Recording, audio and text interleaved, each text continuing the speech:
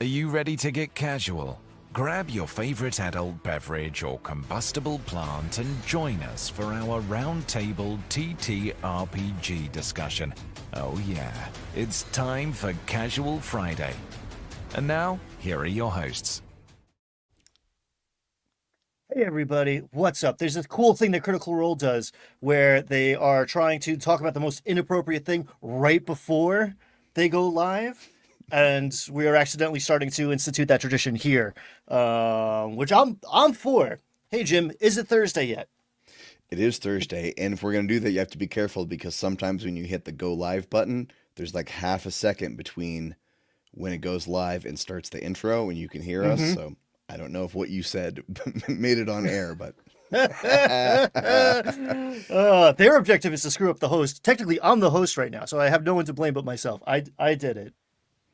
Stay but we're tuned for the talking after hours show to see what we said. we're talking Critical Role Campaign 4 episode 09 today.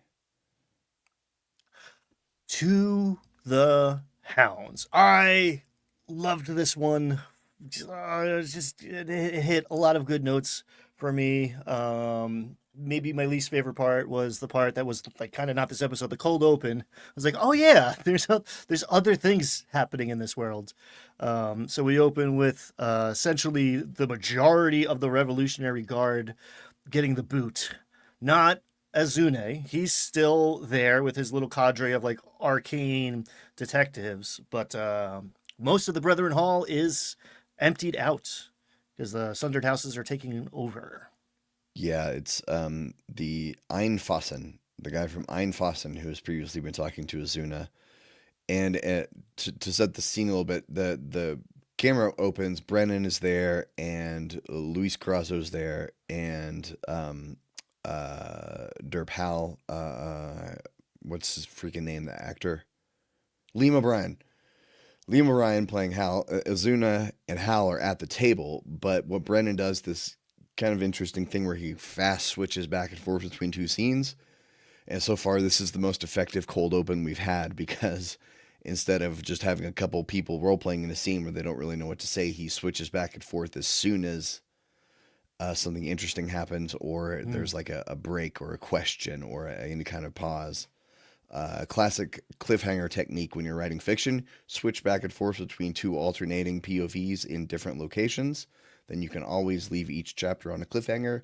That's how you get them. That's how you get. I'll just read one more chapter before I go to bed. That's how you get them. Azuna asks the Einfassen, I don't remember his first name. He says, "Where's our record keeper?" And the guy says, Record keeping is not centralized." That was terrible German. Intersperse that with Hal at the Hallowed Round, his theater, to check on the production. I love the actor jokes. I love the commentary about themselves. I mean, we get more later of like actors are terrible people, but the idea. I think it's the second time we come back to Hal, but like make a choice, one choice, and that is amazing advice for TTRPG players as well as actors. Mm-hmm. Commit to a thing and don't try to do seven things. Do one thing hard.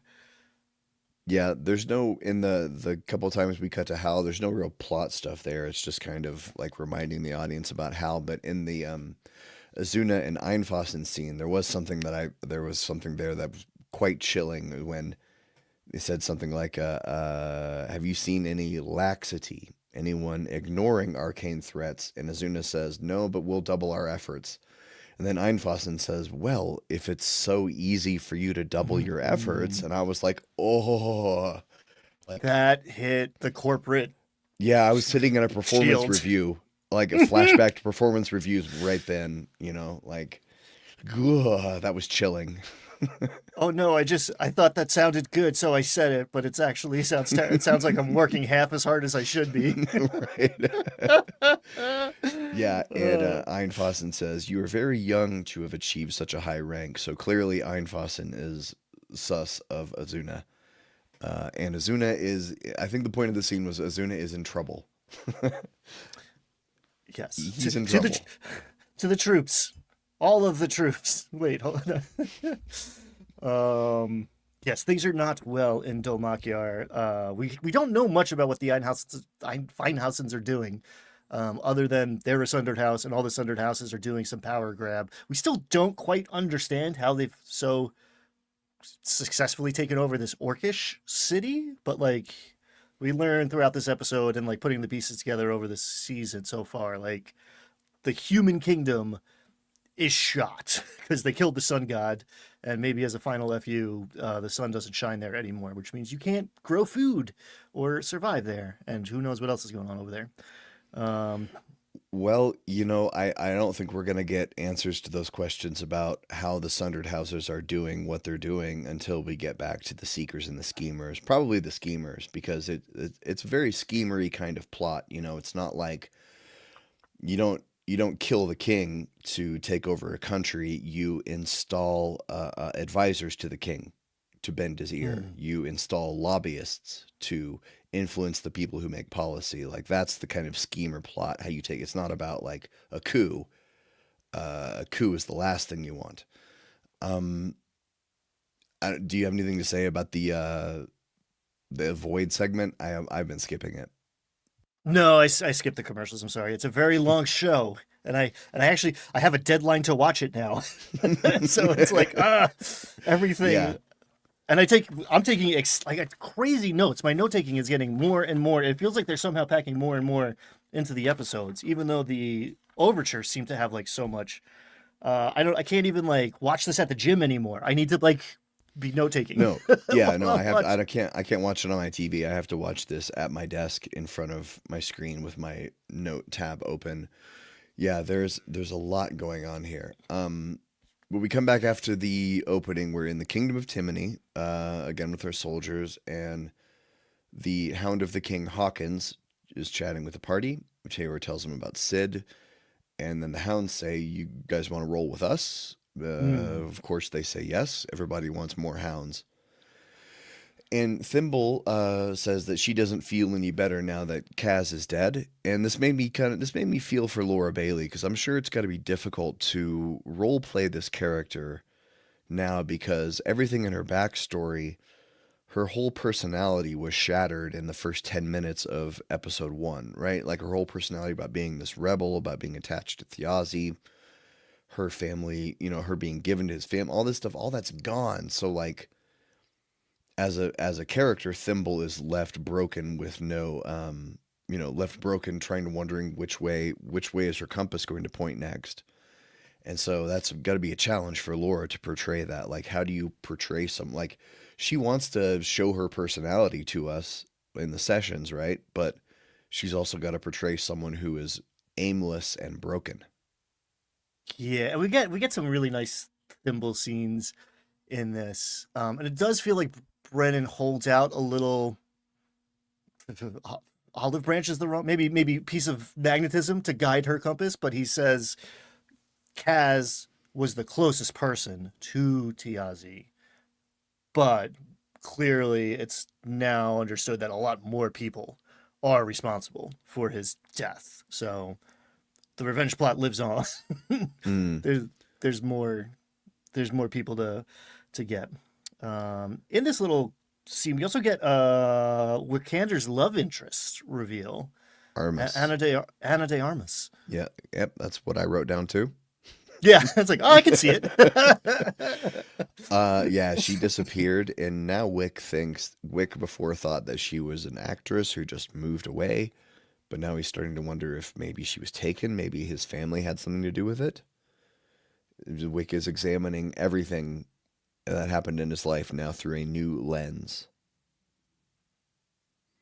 Which is nice. I think we see a lot of Wicks unraveling and reforming. We also had Dame Morgaine talking to Jasper and the rest of the dwarves about this excavation. These guys are in town building a bridge to help. I mean, it feels like a bridge to nowhere, right? Sloke is a dead end at the end of into a mountain, but they little side hustle went and excavated this cairn a word I am never comfortable saying out loud as a as a dungeon master and a hiker. It comes up surprisingly a lot. It's a weird vowel cluster, but it I thought it seems was a like I thought a cairn was a little pile of rocks you put to indicate a path. it is. It is also, think of a giant version of that to symbolize a grave site, especially in like land where you don't have a lot of soil to dig down. Mm. Yeah, the cairns I come across mainly are on hiking trails, a little pile of 3 to 5 rocks. Hey, hikers, don't make them. They're bad for wildlife. It's not your job. Funny, I have a great story about cairns. I'm sorry, I have to tell this story. Do it.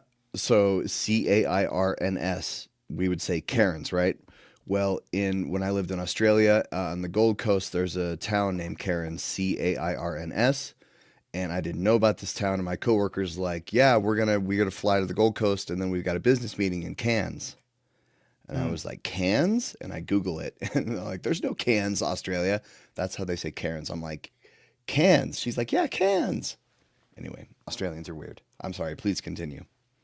There's a pile of rocks that had presumably treasure. It's a barrow for those of the more English Tolkien persuasion.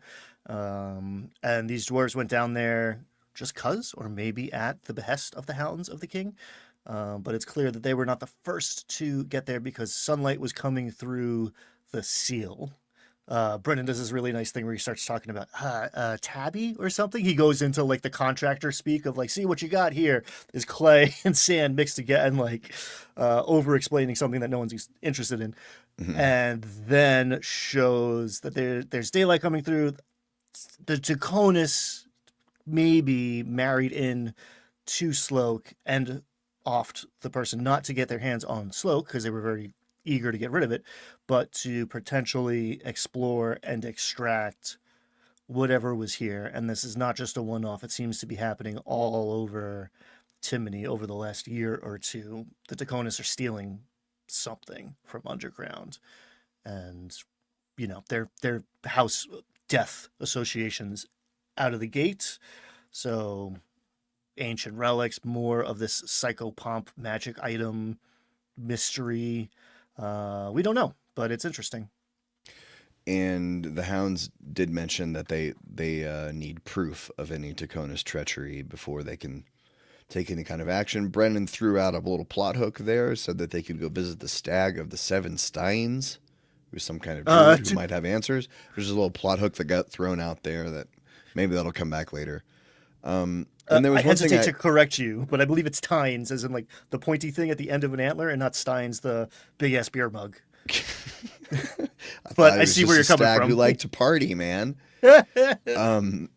Brennan explained the Sundered Houses, which I thought was very interesting, where he said that since the Sundered Houses had all lost their lands in the War of the Old Oberdemium Gods, they shared that tragedy and bonded over it, and they sort of used that tragedy to rise to power. And now they use that story as PR, basically, to say, you know, like, look how we came up from nothing. We're common people, when really, you know, they're the rich and powerful now, but the rich and powerful love to tell you about their common roots, right? And I think that's interesting. I didn't realize that before. Like, that's how they sort of rose to power, was playing on the sympathies of people because they'd lost everything. Then they parlayed that into great power and wealth.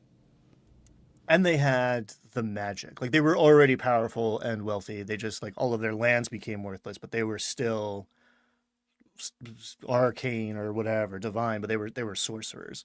We also, this is maybe theory crafting, speculation on my point, but we learned that they were not all on the same side in the war against the gods. I kind of assumed because Taconis and Wix's side were team gods, that they were all team gods, maybe, but the Royces and the Einhausens and the Cormorants, I always want to say Cormorants because bird law, but the Cormorants we haven't seen much of. We're on the opposite side, and now the Royces just got God. So maybe the Sundered Houses are a little less unified than we think right now. TBD. Yeah, and I mean, all the only thing we know about Einfassen is what we've seen in Azuna's scenes, right? And we don't know if Einfassen is acting in cahoots with the other houses, or if this is their own play to take over by taking over the military, or taking over the cops, essentially. So we don't know. I noticed again there were. This is definitely a pattern with Brennen and overland travel parts. Is he gives the party two options. You can go this way. You can take the Miller's Road, and the same thing happened when they get to the castle. You can go in the main door. You can go in the side door.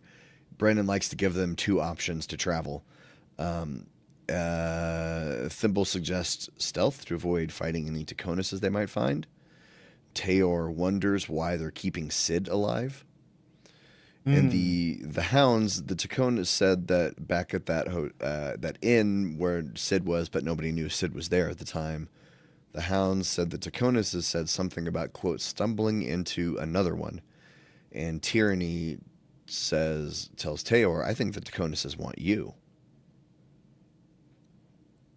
We don't know why we kind of know why they took Sid. We don't know why they kept Sid. And pretty confident it's not good. Right. It's not altruistic reasoning here. They took Sid because he was trying to mess with the Castle Sloke deal. He stole the deed. Right. He got in their business. Yes, but they did not turn him over to Kaz. They didn't even bring him there to show to Kaz. We got confirmation. I mean, we kind of knew, but like full-on confirmation, Sid was in that tavern. They could have interceded there. But yeah, two birds, one stone. That it's interesting. I'm looking forward to learning what that meant. Yeah. In the next scene, hey, Twin Steel, in the next scene when we're on Miller Road, the Hounds stop to pray at a shrine and cast Pass Without Trace on everyone. Wick and Tierney discuss her servitude to him, and then Tierney says, you manifested me, but I want to be part of the team. And we learn that the Candescent Creed has been trying to oust King Augustus since he buddied up to people in the Falconers Rebellion. And also that Augustus allowed the people, the serfs, to directly petition him, which the local lords did not like because he was allowing the common people to bypass their local lords to talk to him directly. And now we know why the Candescent Creed, at least one of the reasons the Candescent Creed is trying to sow discord in Timony and trying to waging open rebellion against not waging but stoking rebellion against King Augustus up here. How dare you spread democracy on my watch? It's getting spicy. I was already kind of Team Gus when like that one common man was like, yeah, he's my guy. And then the fact that like he's Team Dogs, like it's very, hey, everybody, here's what you've been tuning in to see. I'm Team Dogs, if this is still considered a dog. But yeah, man, I mean, this is a classic Brennen Lee Mulligan. This guy, Gus isn't coming back. I don't know, man. I don't think he's going to make it back from Damakiar. I kind of see the writing on the wall here. I feel bad for him, but we did get the nice little gag of it's raining cats and dogs. Sorry, no offense to half of the table is a cat or a dog funny. or named cat. And yeah, the Hounds, or at least Sir Hawkins here, is a little more comfortable in a Fae-themed roadway, and kind of lightens up a little bit, and gets on Wix's case for being afraid to like commit to a path. Actually, I don't know if we were still in the tavern or on the road when Wix was like, yeah, they'll keep our secret, right? And Tyranny was like, no, you waffled back and forth for half an episode. And you never told them, not like you said, you're Wickander, Halavar, and you're going against the Candescent Creed as it stands right now. There's going to be consequences to that. Commit, make a choice, make one choice. Yeah. How's Pass Without Trace looking 5.5? Oh, I took the comments down. +10. +10 to stealth. Pretty good. So Brennen is Lee it just the Mulligan, same? just the same. Brennan does a good job of making it seem cool. There was this like scent of honeysuckle in the air, and we thought it was. I thought it was the Miller's Road magic doing it that first time, which was a nice little head fake. Because later we find out this is like an innate ability of at least Sir Hawkins, if not all the Hounds of Timony. So the Hounds of Timony are druids, or are they just uplifted dogs? Well, we find out this episode towards the end that they are reincarnated Oh, right, right, right. soldiers, which got a little bit confusing because they made a promise to serve the king for multiple lifetimes before the gods died, and the passage of souls got screwed up. But the druids are the old way and know about reincarnation and this stag of 7 steins. Let's just go with steins. It's actually, I think I like it better. He likes to party. He likes to party, man. Yeah, Tony 7 kegs. Everybody knows Tony. He drank 7 kegs that one time.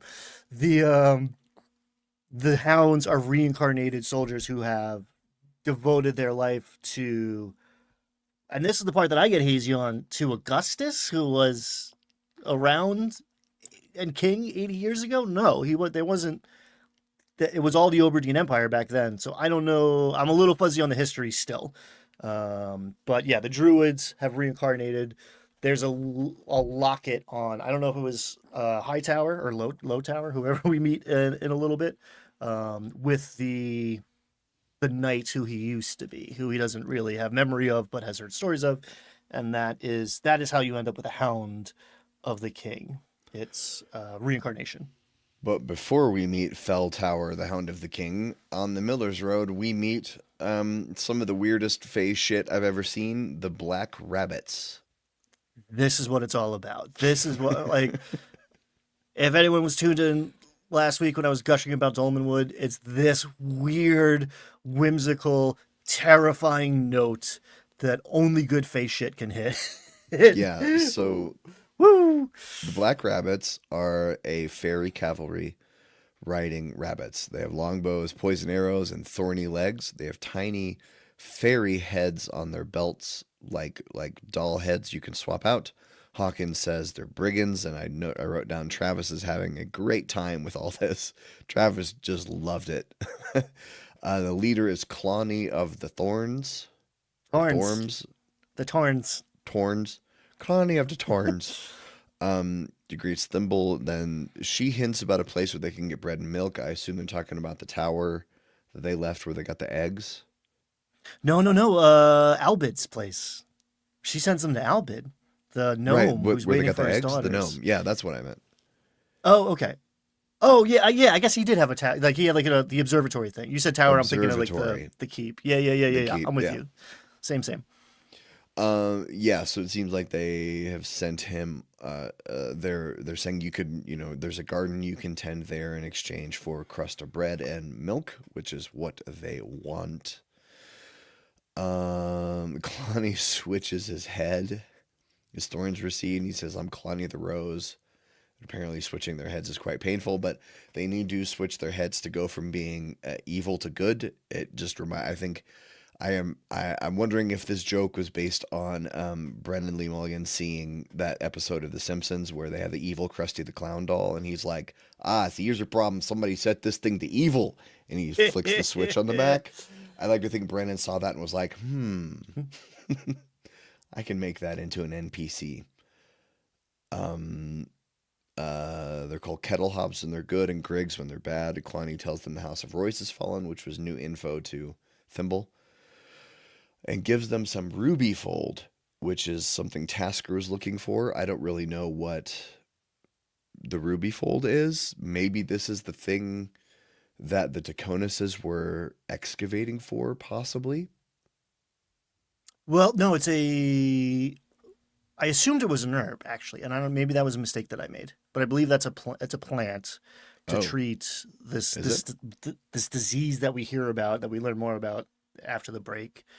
Um, I don't know if that's real or imagined ruby folds, but I took it to be like some medicinal herb, maybe from fairy or transplanted from the Fey realms. Yeah, you're I probably right. also We don't. Go ahead. Yeah, I just like the idea that they got this news from a Kelpie. Like these little dudes who are like tough guys are afraid of nothing except this like unseelie um Fey thing. If you don't know, Kelpies are these like horses from the water, and that sounds like like Princess Daydream stuff. But like, actually, no, they're terrifying. They are horrible things. Um, so I think we're going to meet that Kelpie as we continue going north, and I'm looking forward to that too. Because give me more Fey. If this is what Fey are like, all Fey, all the time. Irish accent. Robbie talking to Thimble in Thieves Camping, like, oh, should I sick the wolf on them? These are 4-inch little dudes on rabbits. How bad could it be? And the guy answers in Thieves Can. He's like, oh shit, they do speak Thieves Can. Of course they do. Perfect. They're brigands. Perfect. They're brigands, bro. Of course they're speaking Thieves Can't. Then they so good. So good. They arrive. They part ways with the Black Rabbits. I sincerely hope we see them again. They arrive at the edge of the city of Tybry's Lee, while Thimble processes losing House Royce, and she worries about the Golden Orchard, which is where the Seekers are headed, toward the Golden Orchard. That's Matt Mercer's crew. They arrive in the city of Tybry's Lee at the keep of the Earl of Gormalay, Gontratall Keep. That's so many capitalized words in a single sentence. They arrive. So many proper nouns this episode. A lot of proper nouns. They arrive during Candlefest Feast, which is a Candescent Creed festival. And the Hounds are like, they're like, should we just rock up with the Hounds, or should they be undercover as regular dogs? And they talk to a Candescent Creed volunteer who gives them cookies when we learn that Cat has gluten issues. Don't we all? Or just me? Sorry. I love the negotiation of the borderline DMPC sort of character. Like, look, we'll help you guys, but also we have our own codes and agendas that we must follow. So, like, we're not riding into battle with you against the Taconuses because that would be our kingdom declaring war on them, and we don't want to do that. But we'll be helpful to a degree. So keep that in mind. Remember that we're here and that we can't do everything. So that really, I don't know. I just feel that in my bones sometimes of like, this knight will help you, but he's not going to help you marauder and burn down this village. Thimble chats up some local kids, and we learn a bunch of stuff. The local Lux, which is the Candescent Creed like bishop. Is Aratea, the Earl of Gormley's wife, Caswin, recently passed. And Thimble asks the kids, you seen any fancy people? A freaky lady with a skull face? And they say, yeah, we saw her. The carriage got stuck in the mud. Then they went to the hospital. And then we meet Felltower. Like the Hounds are like, we're just about to take off. And then we meet Felltower. And we also know that Tybry's Lee is a dog-friendly town. They said for every 5 people, there's one dog. And I'm like, that sounds like Boulder. Sounds like every town in Colorado is pretty much that. There's Colorado, we have a saying here, a dog for every Subaru. So we meet the Hound of the King Felltower, who says that Taconis has arrived yesterday and they're now at the castle. So I didn't understand that part about going to the hospital.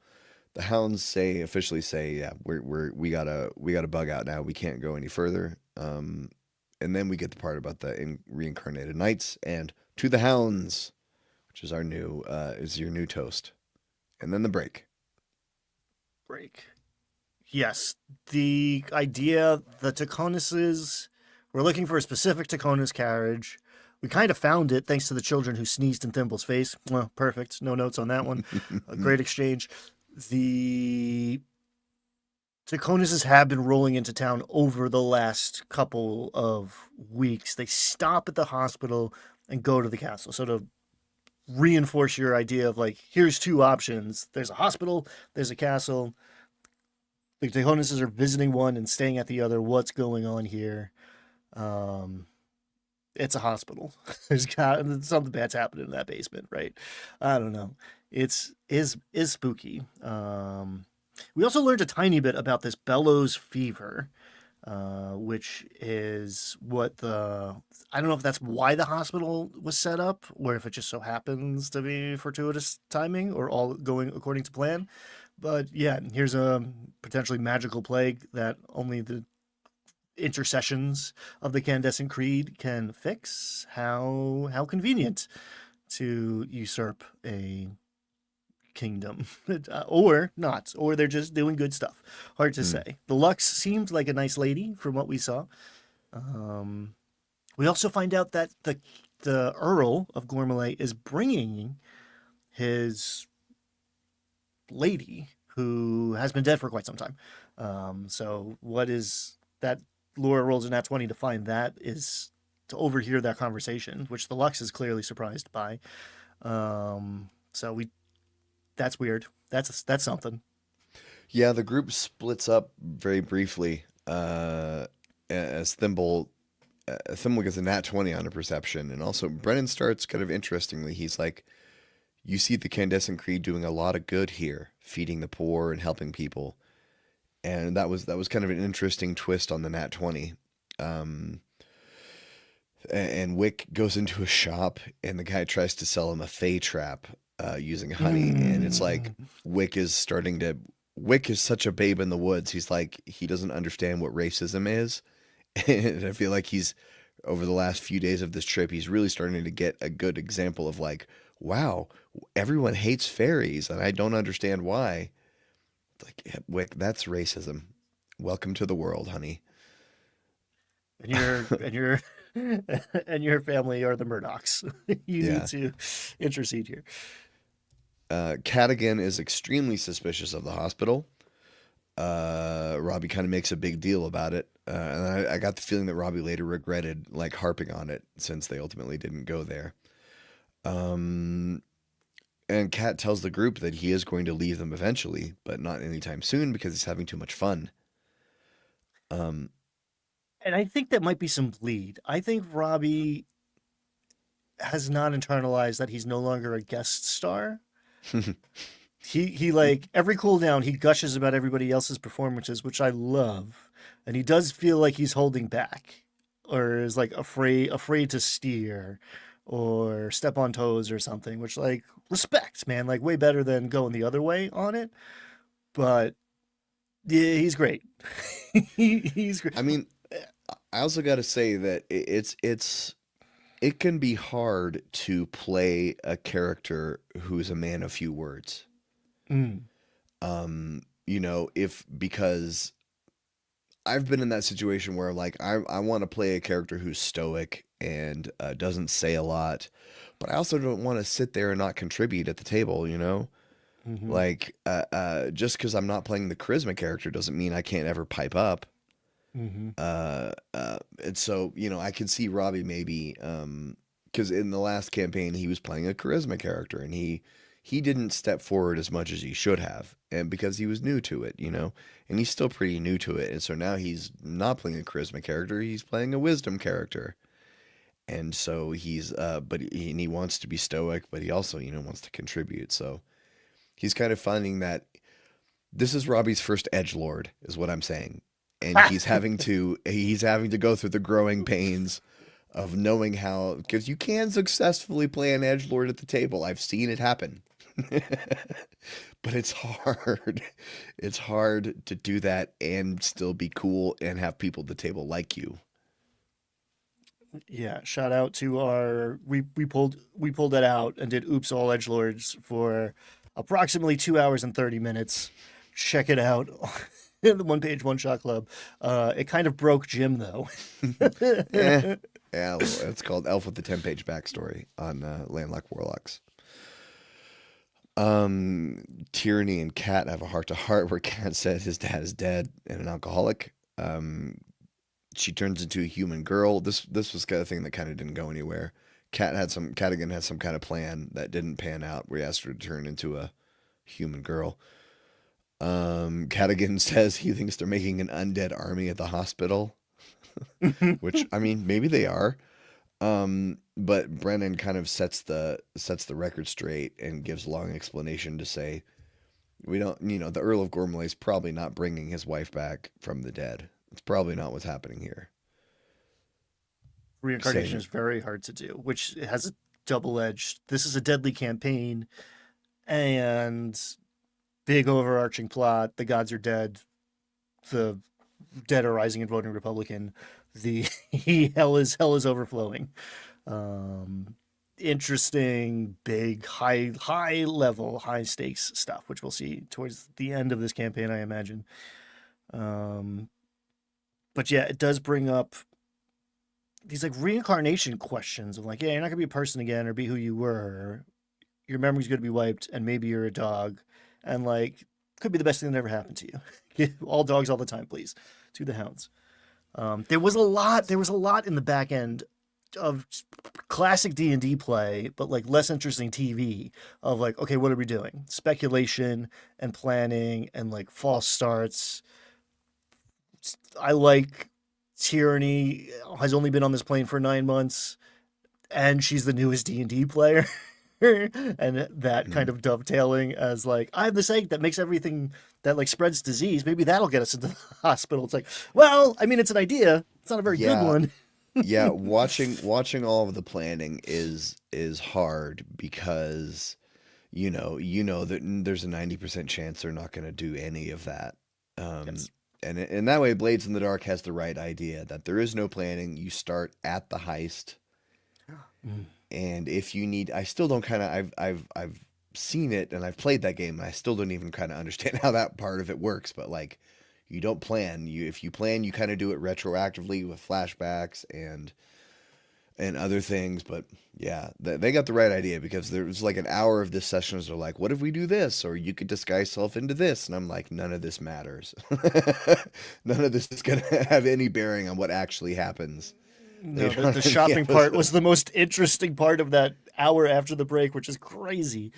But there was one thing that happened before they, during the planning, is the Earl of Gormley came into town, in the center of town, and brought out a coffin with his recently deceased wife in it. And then he apparently converted into the Candescent Creed religion right there in front of everyone, which was like a hand over mouth moment. Everyone was astounded. I guess we don't know much about the Earl of Gormley, right? No, we know he's been in mourning. We know he approved Kaz getting Sloke, or no, I'm sorry, approved the Daconis marrying into Sloke. The Hounds suggested Lady Cosgrove not talk to the Earl of Gormley, who is the next up on the org chart for her, but actually wait for the king to come home.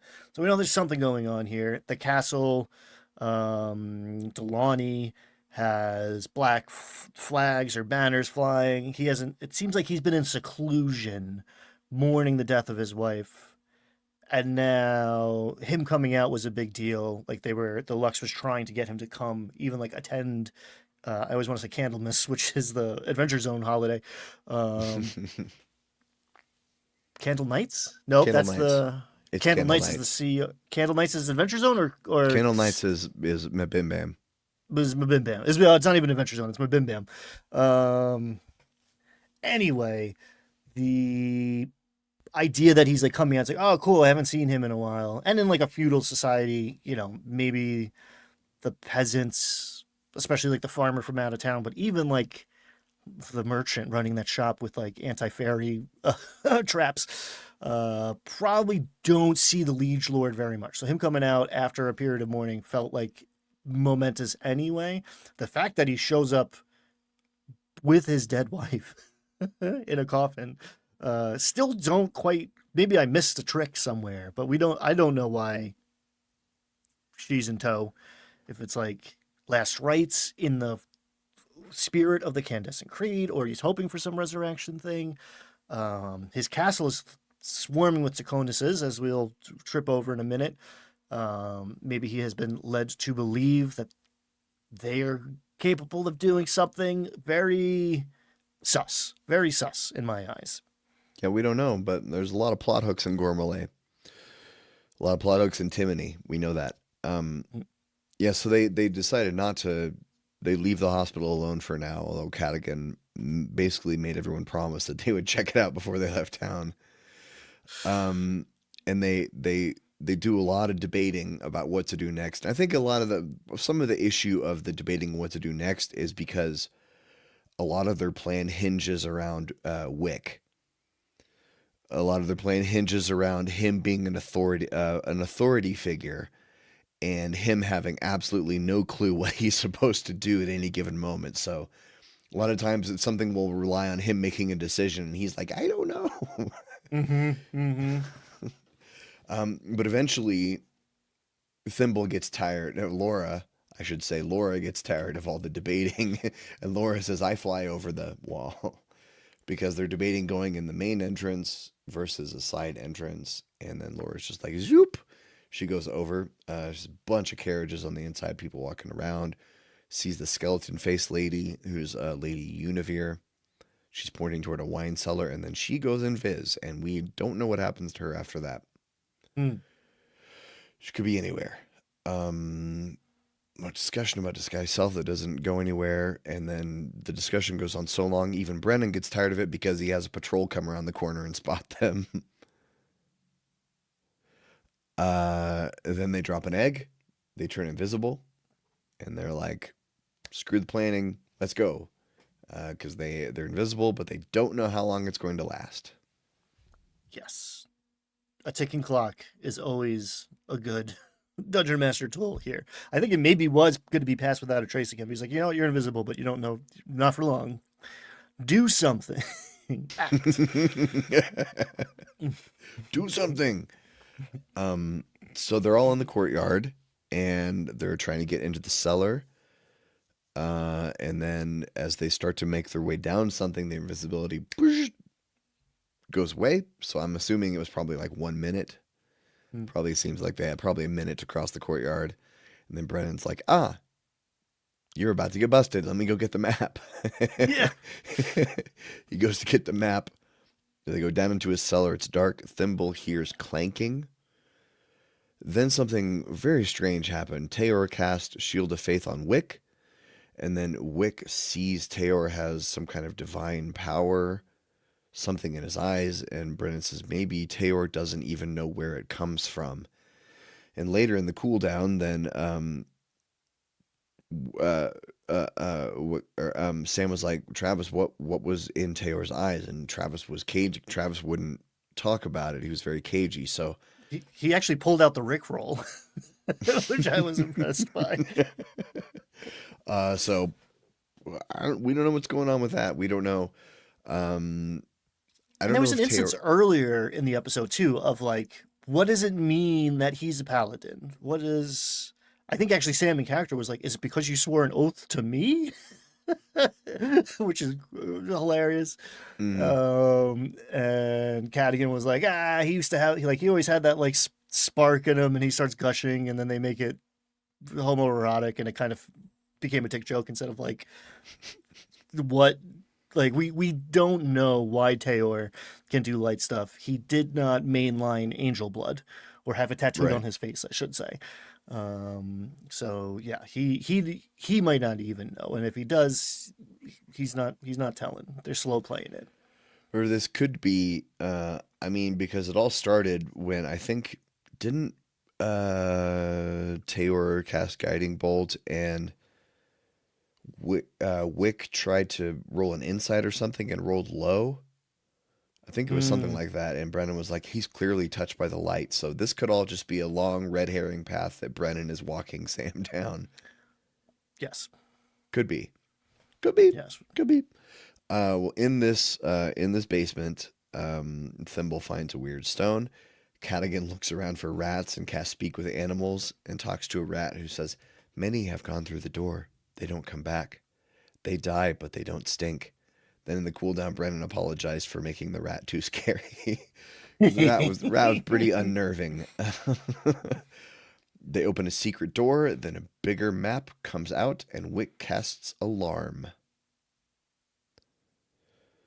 Then Brennan rolls perception for the baddies inside, who roll high, and they say, "Who goes there?" And then they try to interact bits and pieces of various plans they've discussed before. Everyone except for Tyranny hides. Tyranny disguises herself into Octus and then steps forward and says, "I'm looking for my fox." There's a stone slab in the cavern. Tyranny rolls deception, and she enters to see a bunch of people, a bunch of statues, and a huge lizard creature, which is probably a basilisk. And everyone in there, they don't buy her deception. She fails her save and starts to petrify. Dun dun dun. Dun, dun, dun. Cliffhanger. This was a great example of what you can do and what can happen with these separate tables, where the Taconuses know that Octus is dead or should be dead. And her pretending to be Octus is maybe a good idea in a vacuum, but that's because they don't know all of this stuff. And Sam openly admits, I think in the cooldown, that he doesn't watch Critical Role, so he definitely doesn't know that Octus is dead. This is a very interesting theory. What if it's been a fake out? They TPK and then they go back and they play they just assimilate to split up to the other two tables and they play new characters. Wow. I mean, credit AM Rosa 10 if you are correct, because that's a cool theory. I think it might happen unplanned based on the numbers here. But that's very interesting, because I was saving, I guess we're at the end of the episode. I was not expecting it to be seasons of one table at a time, which is really what it's felt like so far. Like tonight's going to be the 6th episode of the Soldiers Table. 5th? 6th? Math is not. I'm an English major. 9, 10. It's 6. It's 6 episodes. This is the 6th episode tonight of Yep. pure Soldiers Table. The cold open's giving us little breadcrumbs about what's happening. But honestly, it's a crouton sitting by itself on a plate without the rest of the salad. I don't really care about these breadcrumbs, really. Sorry about it. They're fun, but like I'm not invested in those stories because they haven't started yet for me. Yeah. So it's been very interesting, and if this is a second overture sort of thing, like if this is the plan, like these 6 episodes are actually a standalone head fake, even if that's the case, so this is planned out, that would make more sense. Or whatever, we get 6 and then 6 and then 6. I don't know what my viewing experience will be like if this is the pattern that's developing. I'm curious. It's a interesting undertaking that they have set for themselves, and I don't know anyone who's done something like this before successfully. I don't know. In the cooldown, there was one thing they had to censor, a spoiler about what Jeremy Crawford is working on. Travis gave it away, and they censored him, and then fast forwarded through them talking about it. So I don't know. It's got to be good. Whatever it is, Travis knows what it is. That's all we know. It was about Tyranny was under an illusion, and then became petrified. She's now a statue. Is she a statue of Tyranny, or is she a statue of Octus? That's a very interesting question. I would say she's a statue of Tyranny. Yeah, that's what I would do. That would be your ruling too. Yeah, that's what I would say. Because if you're incapacitated, you can't. Well, is disguise self-concentration? I don't think so. I don't know. But like your magic, like your spell drops anyway. Like it's not. You're not. If you're invisible and you're petrified, I can see your statue. It would be You're the not same an invisible statue, right? It would be the same rule for mage armor. If mage armor would go away, then so would disguise self, right? Because it's a long lasting. It's a spell with a duration that's not concentration. And you're not a appropriate target anymore. You can't disguise self on it. You're now an object. You're not a person. It's interesting. I'm on record many times on the internet saying I do not care what that guy said. on Twitter. I will say, if he was down the hall, I might feel differently about his opinion. It is a unique situation. Yeah. There was one other video that they put out this week, the leveling up video, which I checked, you can get it on YouTube. And they all leveled up from 3 to 4, sort of, or they made a plan to level up from 3 to 4. Everyone rolled their hit points, and they looked at some feats, and everyone freaked out because there were too many choices. Huh. I'm sure they all had you got a lot of choices. They all freaked out. But then Brennen said that they could choose whenever they want to level up at a narratively appropriate moment, which I think would be great. You know, if you've gotten a new spell, or I remember Laura Bailey did that with Imogen in campaign 3 of Critical Role when she leveled up. She did it after she leveled up, but the first time she leveled up and she cast Fly, she acted like she role played that she didn't really know how it happened or where it came from, which is kind of a sorcerer thematic appropriate, right? That the magic is just like, I don't know, I just hang out and smoke weed all day. I don't know where the magic comes from. But what do you think about this? What do you think about this leveling up at a narratively appropriate moment? Because I think at a regular table, everybody would be like, well, can I just do it now as soon as possible? Yes, I love it. I think this is one of those don't try it at home kids things. I do really like the discussing options out loud at the table. Like, okay, if I take this feat, I am more like Taylor was debating between two. Like, I am more likely to be defending my friends and healing them, or I'm more likely to be out front dealing damage. These are two paths.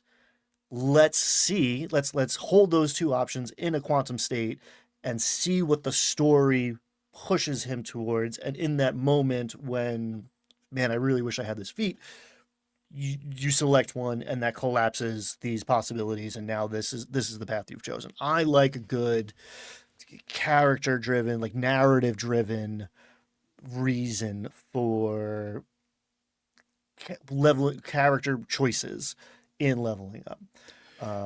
The idea that I would do it whenever the players decide, oh, that feels scary to me. And I love my players. Like, I got some mature people at my table. They would do it immediately. We had a version of this in our Daggerheart 4-shot, where all of you 3 players, when you leveled up from 1 to 2 in Daggerheart, you get to create a new experience, which is just a custom skill. And all 3 of you made new experiences that were based on things that had happened in the campaign before. I don't remember what yours was, but I'm pretty sure it was something related specifically to that fight, that tough fight that you guys had just had. It was Calm in the Storm because I shot the thing when I was in like some magical hurricane, and then I was like, that's a poetic moment. Like that'll be, and then it just and then I was looking for resonance for that the whole time. Yeah, and Brad and Mike did that too, and I don't think you guys discussed it. It was just something that happened organically, and I really liked that. I thought that that's how it should work, instead of just trying to come up with the most mechanically advantageous experience you can think of.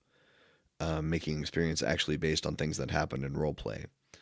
I mean, yeah, I agree with you. I probably wouldn't do this leveling up whenever you feel like, whenever it seems appropriate at a game I was running either, but I trust the Critical Role guys to make it cool. I'm going to predict that there's a good chance we're going to see a moment where it's like, man, it would be really nice to have 11 more hit points right now, so I wasn't dead. Perhaps in this fight coming up. So we might see somebody pop, which is an interesting thing, which is like an interesting moment too. If the idea is, okay, you are at a story beat, a milestone, an experience threshold where it is appropriate for you to be level 4 now, crossing that threshold the moment you would die otherwise. Yes, okay, that is actually like a narratively satisfying dramatic beat to pull that out. It also, on the other hand, feels a little cheesy. Mm. So we'll see how it goes. I Oh, have high hopes.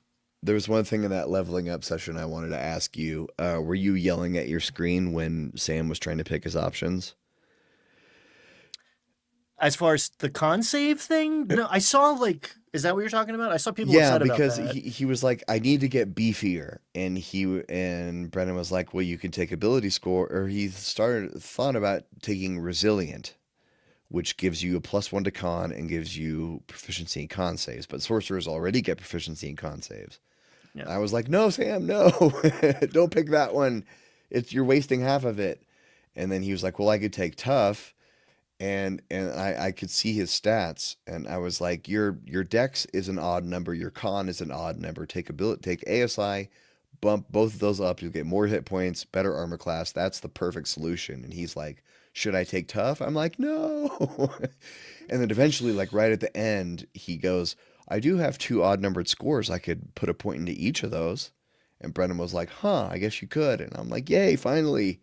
Do that, Sam, do that. That's the smart move. Right? Because if you had 13 dex and a 13 con, what would be more useful? +1 AC, +1 hit points, or tough and 2 hit points? I I wasn't looking at the screen for that episode, so I didn't see his numbers in front of me, but like I see this all the time. Feet are good, are also kind of a trap because they seem it's like here's a cool thing in words. I want that.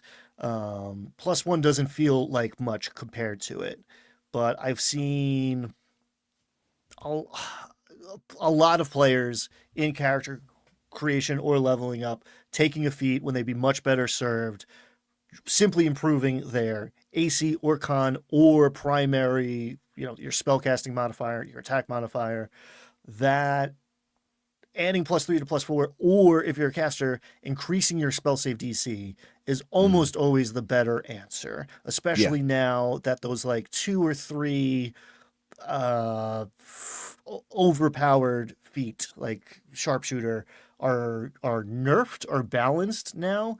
A feat is not necessarily ever the right answer or always the right answer, but almost every player I've watched go through this process sees it as the default, sees it as the better option immediately. And I think pretty much every player was like, "Yeah, I might do this, but I'm between these 3 feet. Not, I'm gonna dump 2 into my main stat, or I'm gonna even out. Always look at your odd numbers first. Like if I do Yeah. +1 here and +1 here, I'm so much better. Yeah, the ASI, especially at level 4, ASI is the feats are tempting because they look cool. But ASI at especially level 4, Especially that always first one, yeah. ASI. Usually level 8 too, because Hmm. if you're starting probably with 16 in your main stat, you go to 18 at level 4, and then 20 at level 8, and then at level 12 and 16, you do whatever feats you want. Yeah, think Warcaster. One thing I do like about the all the level 4 feats are +1 now, right? Or most of Wh- them are which +1 now. mitigates. I feel like there used to be a lot more like literal trap options on that feat list. The Mm. fact that you're getting +1 and something makes it less of a kneecap choice, but I it's think still not always the best, and it's still rarely the best choice. But it seems like it's most people's first choice. Yeah, I think one thing I do like about it though is that it's good for min-maxers, it's good for planners. You know, if you're going standard array 15, 14, 13, 10, 12, 8, and you know that you can put a 13 on a stat that if you know you're going to take a certain feat at level 4, then it makes that it's just part of the plan, you know. Right. Um, but yeah, but those guys, the critical role, those guys, they all rolled magically high so well on their stats that they're all taking feats at level 4 anyway, because most of them have like already at 18 in their main stat anyway. What did they did? They did 5d6 drop the lowest too or something? Didn't they? They did some silly version of I think roll for it stats. was 5d6 dropped the lowest 2, and Robbie said he accidentally did 4d6, and he still rolled incredibly well. Mm. But I don't know. Allegedly, it was done on stream with verification. But I don't know. I didn't see it. I didn't verify it. No. Hey, everybody. We're an hour in. You're with us if you've been here this long. I like Critical Role. I wouldn't be talking about it every week if I didn't. I've never seen people like Critical Role taught me and put the word cocked die into my lexicon, and it happens so frequently. And I think we've actually discussed it before, where it's like maybe because they're using janky dice or they're crowded dice trays or whatever. But like that's what it is. Get some dice hygiene. I don't know. It's incredibly rare that I have to re-roll a die because it isn't decisively showing me one number. Like maybe I use dice trays. I have 2 different kinds of dice trays in the rotation on Tuesday and Wednesday nights, and like things don't get stuck in the corner. Maybe am I just good at rolling dice and I don't know that? Is this just like a privilege I didn't realize I had? Or like how often do you say like, oh, that's a cocked roll, that's like I need to roll this again? I wouldn't even say that it happens every session. I don't know if it happens every month. I play twice a week. I don't think I do it once a month. I don't know if I'm playing, I'm gonna have probably like 3, maybe 4 sets of dice. And that's mostly so I have enough D6s and D8s for stuff, and I keep the D20s in the tray, and I keep all the dice in a nice, concise, neat little pile next to the tray. You don't have to keep all your dice in the tray. They're not gonna hurt the table sitting there on the table. Like you don't you have to. I watch them do this on Critical Role all the time. They throw their D20s into a tray that's got 60 other freaking dice in it. Like, how do you even know which one's yours after you throw it? Yeah, that's the other thing. It's like, oh, which one? There's a few D20s and it's like, oh man, did I roll the green one or the dark green one? Sam never does it. Sam does his little like drop, which is not my preference. I find it aesthetically unpleasing, but he's never like, oh, that's not a result. Yeah, his thing this season is dice that he can't read. He'll be like 7, no 4, no wait 14. That's his thing this season. I'm officially an old man now. You can't tell, but these have 2 different. These are like fancy new age bifocals. I went through a tear of becoming just like surrendering to my dice goblin tendencies. My id just won. And I got so many dice, and in that process realized the most important thing to me is legibility, especially as a dungeon master who's like trying to keep the game moving. The idea is like, is that a 17 or a 14? No, bad. That dice is no longer in the rotation. I need to know what the thing says immediately. He's going. He's on the move. I had D4s that were oriented another way, like the number was on the bottom instead of the top. And that made me.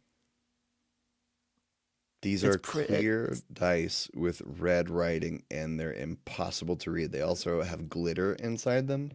I couldn't grab the D20, but this is the D8. This is one of the most readable ones. Is the D8 here? Let me do that trick. Make it focus. Get him. Yeah, I can see it's a 4, but man, yeah, bad. Impossible.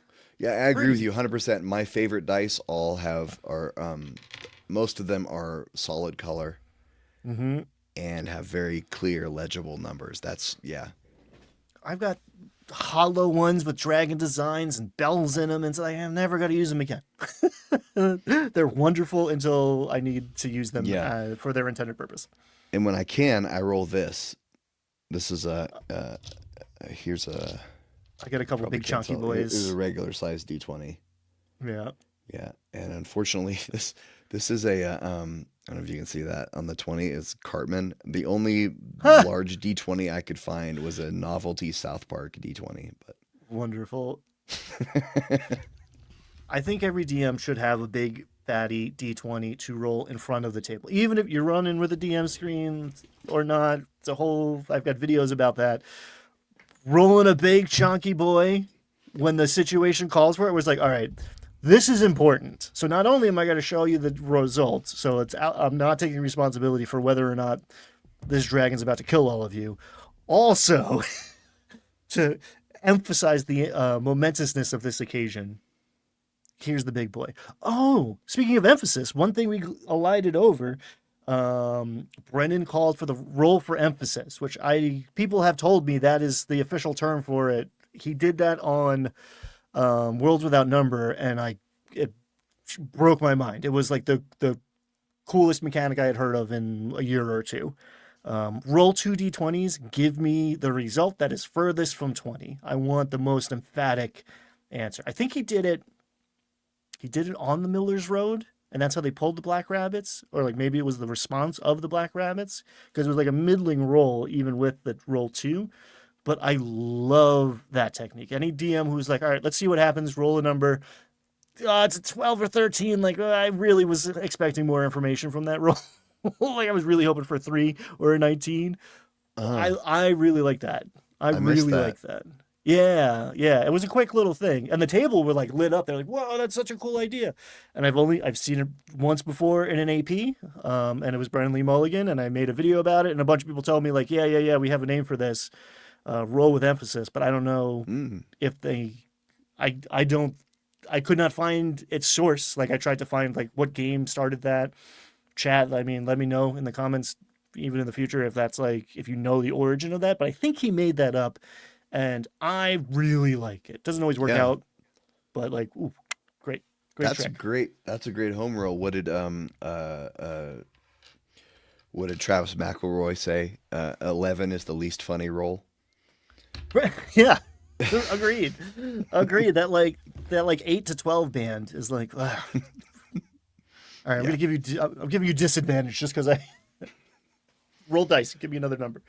I think we're probably about done here, but I did want to mention this. You know, Ambrose, the number one conundrum of this show is that we wish we knew how they filmed. Of this show. We're very curious how this filming schedule works, how it's all going to break out. As far as I know, they haven't told us crap about scheduling or filming schedules, or we've done some detective work on this show, like looking at clothing choices in the cold opens versus the episodes, that sort of stuff. So you can I've been able to piece together sort of which cold opens were filmed together based on Brennan. You know, Brennan only has like 7 shirts, so it's not that hard to track his outfit choices. But we don't know. We want to know. We can't wait. I do think it's smart that they didn't tell us, because now they can just kind of do whatever. Like, if you commit to a bit, then you have to keep doing it, where it's just like, and we're gonna switch until we're not gonna switch till it's the moment to switch. But Yeah, I am fascinated. If you switch every month, then you hamstring yourself into either wrapping up an arc or leaving on a good cliffhanger. Yeah, because you can't enter. If you're going to switch and not see that table for 3 months, you can't end on. Then you take a long rest, and I guess we'll see what happens after that. You can't do that. That's going to be boring, right? You have to end on something compelling. And so I guess this gives them more flexibility. But also, then if we switch to the Seekers table, and I hate the Seekers, I don't want to think I'm going to be spending 6 months with them. So there's that. Yeah. I'm with you. I'm prepared to like everything. I want to be as engaged as I am right now, but like dogs and fairies. I mean, they said it at the break. If it's not dogs and fairies, I don't want it. That's where I am right now. Dogs and fairies, yeah. That was there always my anything policy, else? though. Are we done here? Is there anything we left out? I think we are done. We'll see you all probably in a couple weeks. Next Thursday is Christmas, and then it's New Year's. Yeah. So happy holidays, whatever you may be celebrating. Candlemas, candle feast, candle nights, candle lights. Celebrate responsibly, which means don't set yourself on fire. However, you're celebrating with candles. Yeah, this is probably true. I think will probably enjoy the Seekers and the Schemers table, because the reason I love the Soldiers table so much has a lot to do with Brennan. I like those people at the table, but it's mostly Brennan, and I know we're only 10 episodes in, but these last 6 episodes with the Soldiers have been some of my favorite D&D I've ever seen. Certainly some of my favorite Critical Role. Ready for Moss. Moss. All right, everybody. Goodbye. Happy holidays. Happy Birds of holidays.